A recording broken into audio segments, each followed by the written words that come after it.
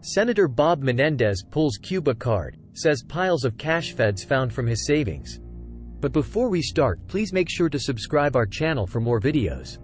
Senator Bob Menendez on Monday denounced efforts to prosecute him on federal bribery charges, saying he withdrew piles of cash that federal agents found at his home that they claim link him to the crimes, because he is the son of Cuban immigrants. For 30 years, I have withdrawn thousands of dollars in cash from my personal savings account, which I have kept for emergencies. And because of the history of my family facing confiscation in Cuba, Menendez, DNJ, 69, said at a press conference in his hometown of Union City. Now this may seem old-fashioned, but these were monies drawn from my personal savings account based on the income that I have lawfully derived over those 30 years. Menendez ducked out immediately after he made remarks in English and Spanish, ignoring shouted questions from the approximately 50 reporters in the room. The twice-indicted senator was hit with 3 counts of accepting $486,461 in cash bribes, as well as 13 gold bars worth more than $150,000 and a Mercedes-Benz convertible, according to a Manhattan federal indictment unsealed Friday. The money, which was found stuffed in envelopes and hidden in clothing, closets, and a safe, was allegedly taken to protect and to enrich 3 wealthy New Jersey businessmen and to benefit the government of Egypt, the indictment states. If convicted on all counts, Menendez faces up to 45 years in prison. The Garden State Democrat was indicted in 2015 for allegedly taking improper gifts from a Florida eye surgeon, but that prosecution ended in a hung jury 2 years later.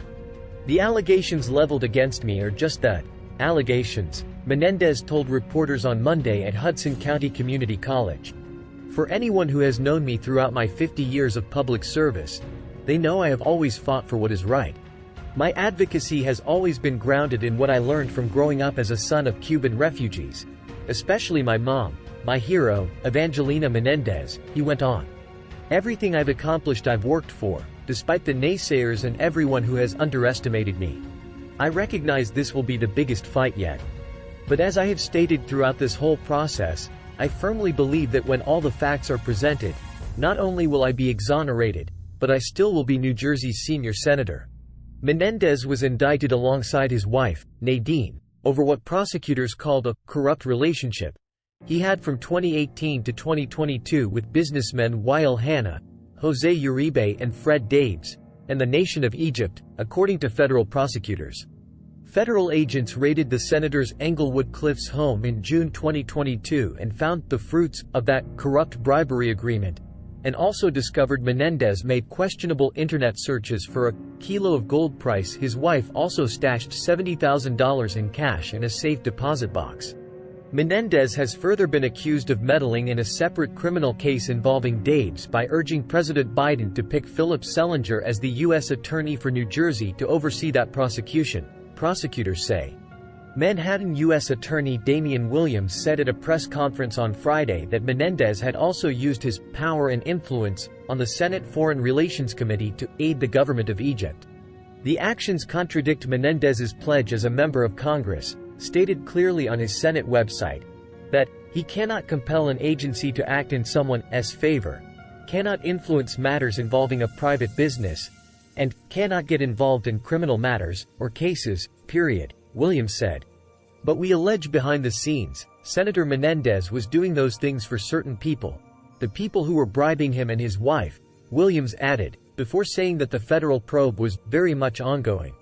Menendez at his Monday presser urged others to presume his innocence until he is proven guilty, saying the indictment was based on a limited set of facts framed by the prosecution to be as salacious as possible. Remember, prosecutors get it wrong sometimes, he also said at his press conference. Sadly, I know that instead of waiting for all the facts to be presented, others have rushed to judgment because they see a political opportunity for themselves or those around them. All I humbly ask for in this moment, from my colleagues in Congress and those I have worked with for years, as well as each person who calls New Jersey home, is to pause and allow all the facts to be presented. Thanks for watching.